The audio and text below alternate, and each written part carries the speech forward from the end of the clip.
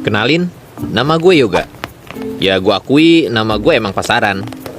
Lu bakalan bisa nemuin nama Yoga berceceran di mana-mana. Ah, bisa nggak sih request ganti nama? Nih gue siap kok buat tumpengannya. Waktu itu umur gue masih 19 tahun. Dan gue masih jadi perusak hubungan orang. Canda mulu. Serius. Saat itu gue masih jadi mahasiswa baru di salah satu universitas swasta di Jakarta Selatan. Gue tuh tipikal mahasiswa yang kunang-kunang. Kuliah nangkring. Tapi kalau bete, ya gue langsung cabut aja. Mending balik ke rumah main PS1 di kamar gue. No life ya. Hal ini gue lakuin hampir 1 semester. Kalau 12 semester gak lulus-lulus. Garing ya. Oke lanjut. Pas gue lagi di parkiran, mau siap-siap balik, gak sengaja gue ngeliat ada cewek cantik. Cantik banget. Dalam hati gue, wih, boleh juga nih cewek. Gue langsung mencet kunci remote mobil gue. Kalau mencet bisul, au. Tuh cewek auto nengok ngeliat gue. Tatapannya itu loh, dalam banget. Mungkin dalam pikirannya, wih, keren juga tuh mobil. Boljuk nih cowoknya. Secara mobil gue BMW. Udahan halunya. Tapi seenggaknya kita saling bertukar senyuman. Dan senyuman dia, rasanya ingin menafkahi. Terus, pas hari selanjutnya, kelar matkul gue nongkrong sambil smoky santuy gitu. Lumayan lah, biar dikata eksis gitu. Ini bukan iklan kartu perdana. Gak ada angin, gak ada geledek. Tiba-tiba, gue malah lihat cewek yang kemarin di parkiran. Dia kayaknya lagi kerepotan. Bawa nampan gitu. Berhubung suasana kantin lagi rame, gue rasa gak ada salahnya buat nawarin dia duduk di depan gue. Samping aja deh kalau bisa. Sampingan di pelaminan. Ya udah gue tawarin. Mbak, duduk sini aja. Masih kosong kok di sini. Sama di sini. Respon dia senyum-senyum gitu. Dan dia langsung duduk depan gue. Setelah gue speak tipis-tipis, akhirnya kita ngobrol asik ngalor ngidul sampai lupa kenalan. Terus gue beraniin diri buat kenalin diri gue ke dia. Sorry nyerocos mulu. Gue sampai lupa buat kenalan. Kenalin, nama gue Yoga Sandrium Koluptunium. Susah ya? Panggil aja sayang kalau susah. Canda. Kalau Mbak namanya siapa ya? Akhirnya dia memperkenalkan diri. Namanya Arin. Dan ternyata dia juga masih maba kayak gua. Terus dia nyeletuk. Jangan panggil Mbak dong. Kan kita seangkatan. Panggil aja Arin. Dan semuanya berjalan lancar. Apa jangan-jangan karena mobil gua ya? Semenjak itu gua gak nolef-nolef amat lah. Yang awalnya gue sering nongkrong-nongkrong gak jelas. Sekarang gue kelar kuliah main dulu sama Arin. Asik. Kadang kita makan bakso di dekat kampus. Kadang kalau nggak mood kampus, ya kita pergi nonton bioskop. Ya kali nonton adu cupang. Eits, ikan ya. Terus kalau Arin lagi puyeng nugas kuliah, pastinya si super yoga ini selalu ada buat dia. Ya kayak nganter ke Gramedia buat nyari buku, atau sekedar buat seru-seruan aja. Karena kita semakin dekat, akhirnya gue sama Arin memutuskan untuk jadian. Nah, akhirnya si Arin sering banget gue ajakin ke rumah. Eits, tapi gak pas lagi kosong loh ya. Di situ gue kenalin dia ke bokap nyokap gue. Respon mereka sih, ya oke-oke aja. Semuanya pada welcome ke Arin. Bahkan kalau ada acara keluarga, si Arin suka gue ajak juga. Malam minggu abis ngapelin Arin, gue pulang ke rumah agak maleman.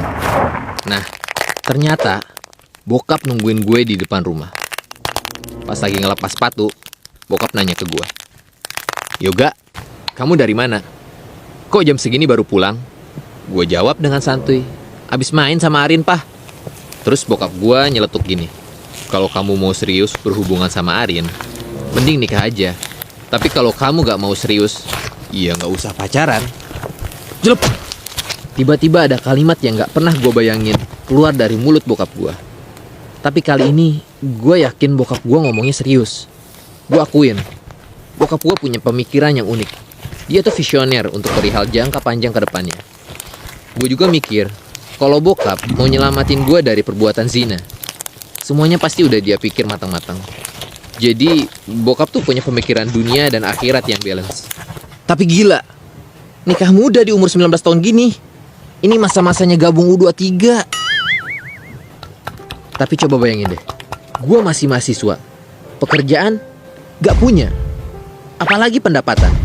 Kan gue masih minta uang saku ke bokap nyokap. Terus, anak orang mau gue kasih makan apa ntar kalau gini? Gue kan cuma mau pacaran doang, bukan mau buru-buru nikah. Semua perkataan bokap gue itu bikin gue kepikiran setengah mampus. Gue takut, gue bingung. Apalagi perihal ke depannya. Kalau gue nikah, keuangan keluarga gimana? Nah, semua keraguan dan ketakutan gue dijawab dengan santai sama bokap gue. Kamu itu gak usah takut nikah. Selama kamu masih kuliah sama Arin, kamu boleh tinggal di sini dulu. Dan pastinya, papa akan kasih kamu uang jajan. Tapi kalau kamu mau tambahan, ya coba untuk cari tambahan sendiri. Gue berusaha menyembunyikan rahasia ini dari Arin. Gue gak mau dia shock dengan keinginan bokap gue. Dan ya, jadi ribut. Gue gak mau. Tapi yang namanya cewek, udah pasti intuisinya hebat. Makanya, jangan main-main sama cewek. Gak perlu waktu lama, akhirnya gue bercerita dengan jujur. Di situ gue jelasin panjang lebar perihal keinginan bokap yang terbilang mendadak. Kayak tahu bulat. Respon Arin agak sedikit kaget. Yang serius? Kan kita masih kuliah. Nanti kalau aku jelasin ke orang tua aku gimana? Pasti yang dipikir aku hamil duluan. Atau yang enggak. Aduh. Pusing. Arin juga bingung. Gimana gak bingung? Dia di Jakarta tinggalnya ngekos. Sedangkan keluarganya ada di Sumatera. Pasti bakalan ribet buat nyampeinnya. Gimana tanggapan teman-teman kampus gua? Kalau Arin dicap cewek yang gak bener, apakah masalahnya bakal kelar abis nikah? Bisa gak ya? Singkat cerita, setelah pergolakan hati gue yang bikin naik turun, gue sama Arin udah mantep buat mempertimbangkan semuanya. Dan alhamdulillahnya, Arin bisa ngeyakinin keluarga mereka yang ada di Sumatera. Di awal semester 3, gue putusin untuk melangsungkan pernikahan. Acaranya berjalan dengan lancar. Ya nggak gede-gedean kok. Kita cuma ngundang keluarga internal aja sama beberapa teman dekat. Mantan datang nggak ya? Tahu ah. Tapi sebulan setelah pernikahan, bokap gue ngadain resepsi gede-gedean. Ya maklum lah, relasi bisnis bokap banyak. Dan gue rasa bokap super duper bahagia dengan pernikahan kami. Sumpah, momen ini bikin gue terharu. Seolah-olah gue terlahir kembali. Kebahagiaan yang gue rasain sampai gak bisa gue ungkapin dengan kata-kata. Semoga kedepannya gue bisa jadi pribadi yang lebih bertanggung jawab. Mulai saat ini, gue rasa Arin adalah sosok super spesial yang harus gue jaga dalam hidup gue. Tapi gak berselang lama dari pernikahan gue sama Arin, banyak omongan gak enak. Ada yang bilang kalau Arin itu hamil.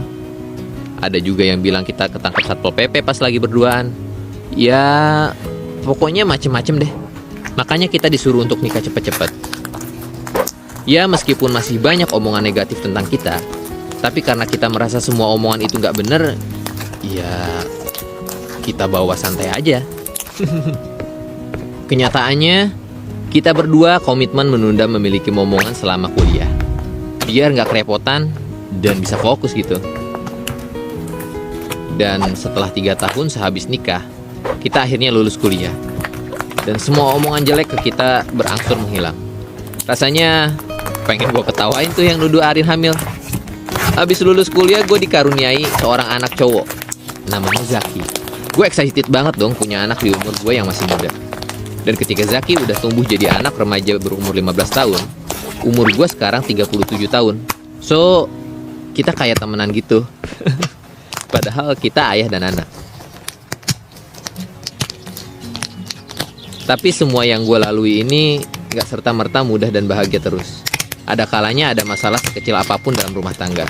Tapi pesan gue, lu harus nikmati semua prosesnya. hadapi bersama, jalani dengan ikhlas dan tulus. Dan gue berterima kasih banget sama bokap gue yang udah mau membantu dan mengarahkan gue ke jalan yang benar. Gue kagum sama pemikirannya. Tindakannya juga tepat. Gue rasa bokap adalah the real superhero in my life. Makasih ya papa. Sedikit tips buat kalian yang mau menikah muda. Pastiin kalian udah siap secara mental dan materi. Karena menikah bukan hanya soal having sex dan perasaan, tapi semua hal yang berkaitan dengan elemen-elemen kehidupan yang pastinya kondisi materi perlu diperhatikan. Dan kalau kalian menikah dalam keadaan masih sama-sama kuliah, jangan buru-buru untuk punya momongan. Tahan dulu, biar gak repot. Tapi, ini semua kembali ke diri kalian masing-masing ya. Karena setiap orang punya jalan cerita hidupnya masing-masing. Kalau kalian